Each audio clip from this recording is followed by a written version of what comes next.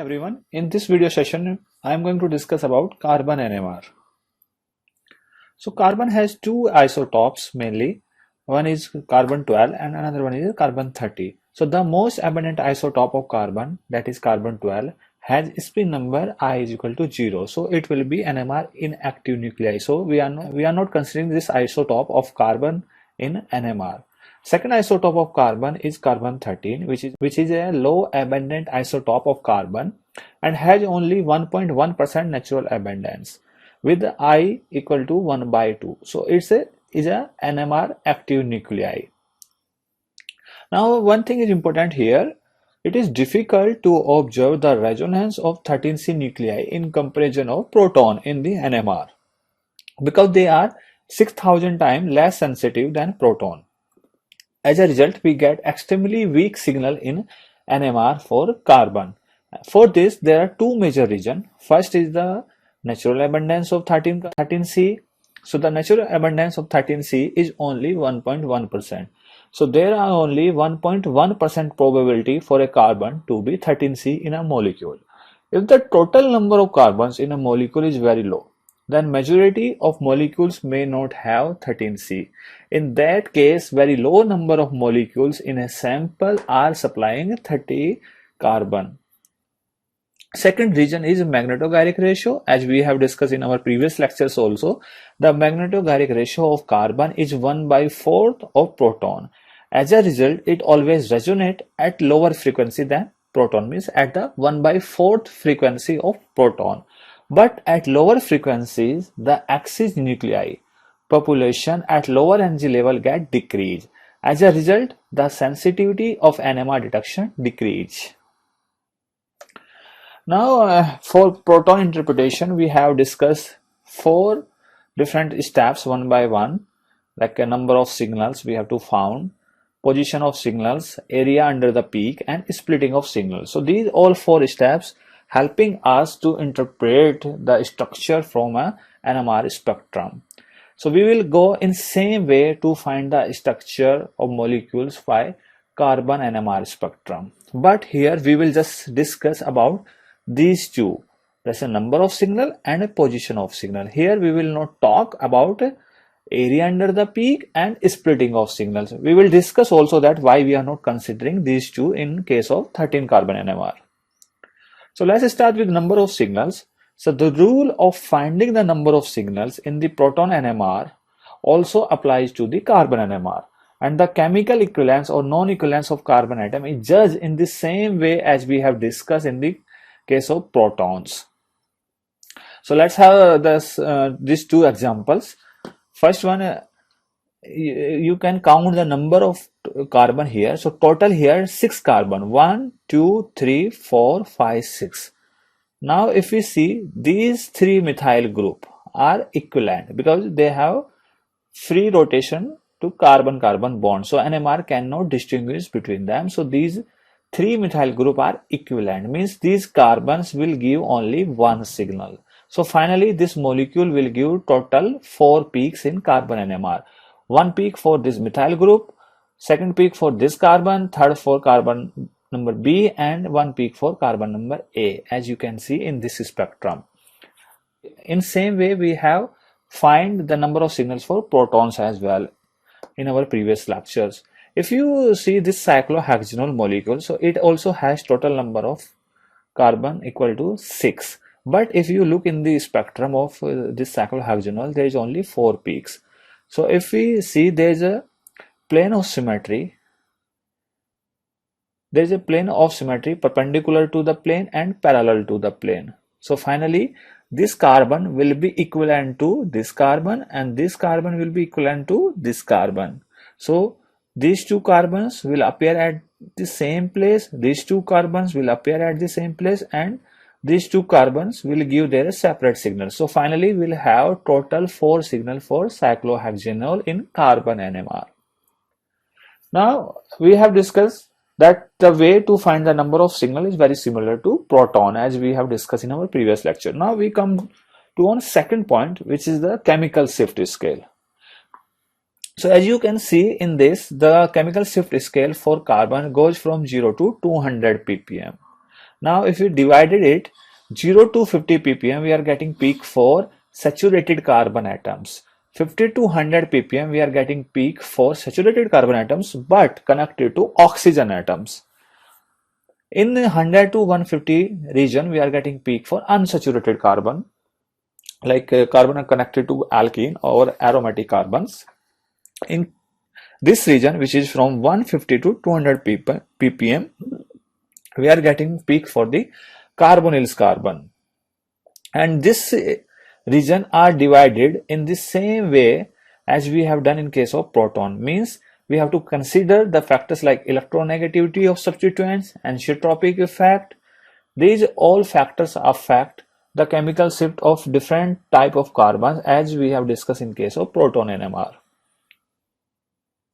Now if we divide it in more details, you can see that all saturated carbons appear in 0 to 50. Means if it's a methyl group, it will come close to 0 to 10 ppm. It's a methylene, then it will come around 20 ppm. It's a methine, it will come around 40, or if it's a quaternary carbon, then it will come to 50. As we have discussed also, that carbon also electronegative atom, so it pulls the electron around another carbon, so that make it more desilted. So that's why quaternary carbon coming at more ppm than methyl carbon.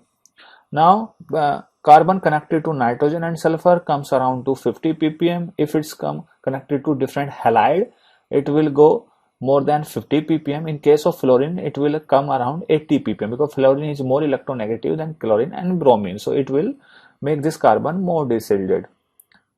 If carbon is connected to oxygen, that will also appear in this region. Now all unsaturated carbons, like carbons in alkene and in a benzene ring or any aromatic compound, will appear 100 to 150 ppm. Now come to the last region, which is from 150 to 200, which give the peak for carbonyl carbon. So if carbonyl carbon is from amide and hydride, it will come around 150 ppm.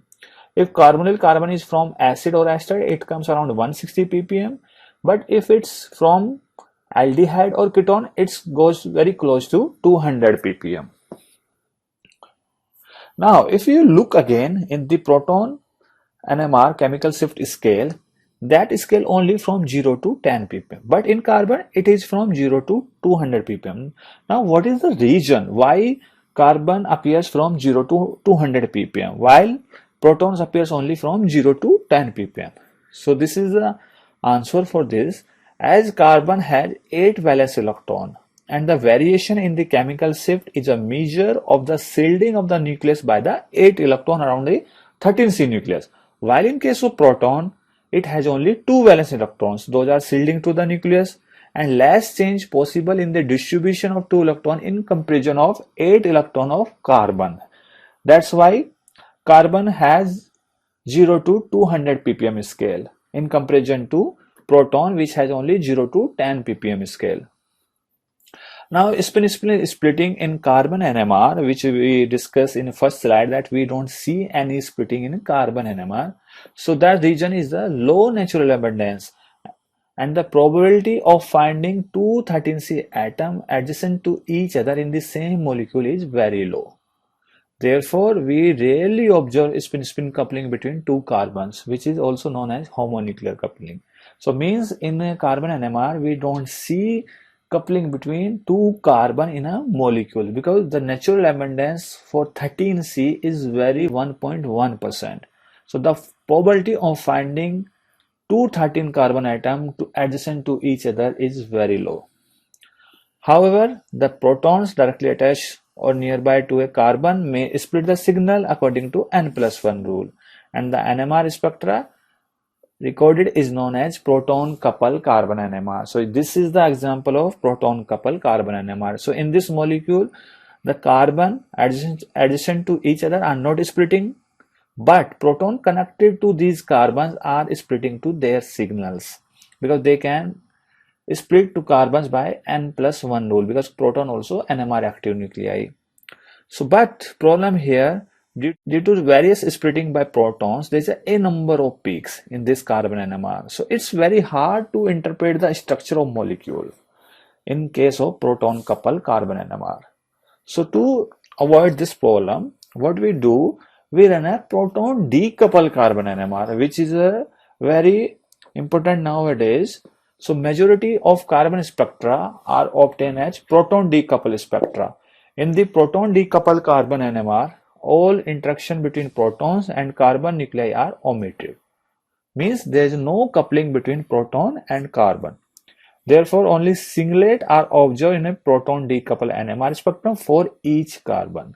So this technique simplifies the spectrum and solves the problem of overlapping multiplates. Although this technique has a disadvantage also, that we are not able to get information about the proton attached to carbons. Means we are just decoupling the proton from the carbon, means that carbon will not split the signal. So but we also have disadvantage of that we will not get information that how many protons are connected to that particular carbon. So this is proton decoupled carbon NMR and this is proton decoupled carbon NMR. So you can see here we have multiplate, each peak showing multiplate. Here we are getting only singlet. So it's easy to see the peaks here because there will be lot of overlapping between the peaks. And how we can do proton decoupling? So proton decoupling is determined by simultaneously irradiating all of the protons in the molecule with a broad spectrum of radio frequency in the proper range. And most modern NMR spectrometers for this purpose use a secondary radio frequency generator, which is known as a decoupler. Irradiation using decoupler causes the proton to become saturated and they undergo rapid upward and downward transition between their spin states.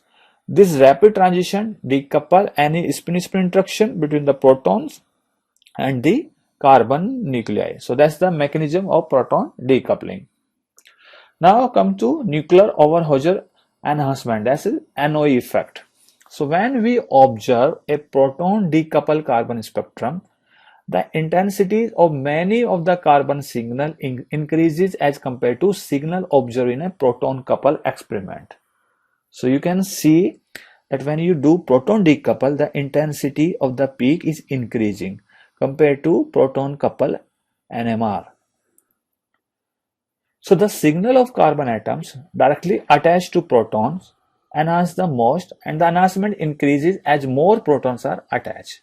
And this effect is known as nuclear overhauser effect. And the extent of enhancement in this signal is called the nuclear overhauser enhancement or NOE.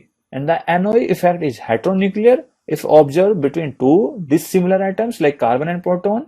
And the nuclear overhauser effect in general observed when one of two different type atoms is irradiated while the NMR spectrum of other type is determined, as we do in case of proton decoupled carbon NMR.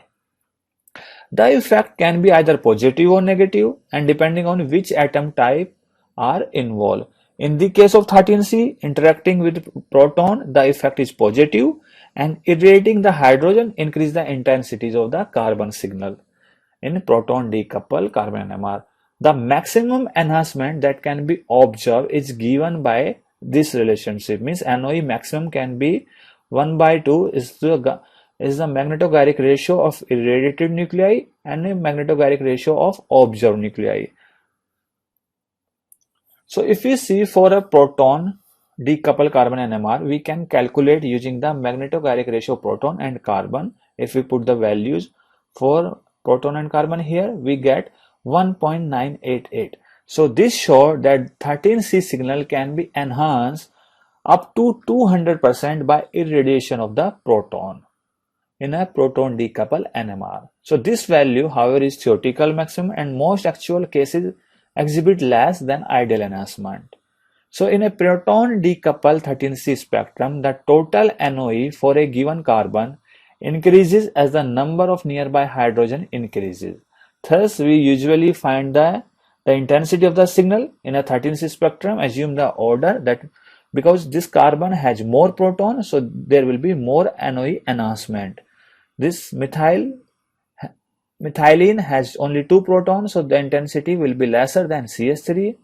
CH intensity will be lesser than CH2 and the quaternary carbon will be less intense because it is not connected to any proton. So there is no NOE enhancement due to any proton.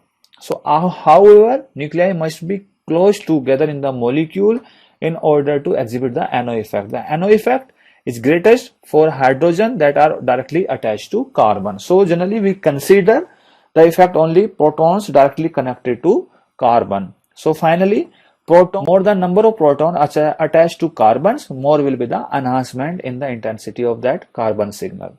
And this is NOE effect. Now, second things we will come, why we don't do integration in carbon and NMR spectra, because we also omitted that step in our first slide. So in the carbon NMR spectra, we do not integrate as we do in proton NMR, because the integral information derived from 13C spectra are not reliable. So however, it is true that a peak derived from two carbon is larger than one derived from a single carbon, but a peak does not give the number of carbon atom giving that signal due to two major regions beside other region. So you can integrate, but it will not be very reliable. Sometimes it will give for example, it is for two carbon, but when you integrate it, it's showing only one carbon, because there is some factor those affecting the intensity of carbon signal. And first is NO effect, which we have discussed in our previous slide, as we have discussed that nuclear overcharge enhancement is not the same for every carbon, because it depends on the number of proton attached to that individual carbon. And it tells that more the number of proton attached to a carbon or nearby the carbon, more the signal enhancement in the proton decoupled carbon NMR. The second reason, which is more important, is relaxation. So during a proton NMR spectrum, a pulse of radio frequency electromagnetic radiation flip the spins of the proton in the molecules into a higher energy state, as we have seen in the basic principle of proton NMR. And the signal we observe is generated by those spins dropping back to their original states. This process is called relaxation. And other nearby magnetically active nuclei increase the relaxation process. However, the proton relaxation is always fast, and the number of nearby proton does not affect the appearance of the NMR signal. Although relaxation of carbon nuclei is slow, but is fastest with the lots of nearby protons. So if there is more protons connected to carbon, the relaxation will be faster for that carbon. So due to this, the CH3 groups show a strong signal in the 13 carbon NMR, while quaternary carbon with no attached protons show weak ones. Quaternary carbon lacks only slowly, because no protons attached to quaternary carbon to help them to get relaxed. So due to these two major reasons, we do not integrate in carbon NMR. So finally, we consider only these two things when we interpret the structure from carbon NMR. First is the number of signal, and second is the position of signal or chemical shift value. And we do not observe any integration and spin-spin coupling between carbon and proton. So no coupling constant value we have to find in case of carbon NMR. So thank you very much.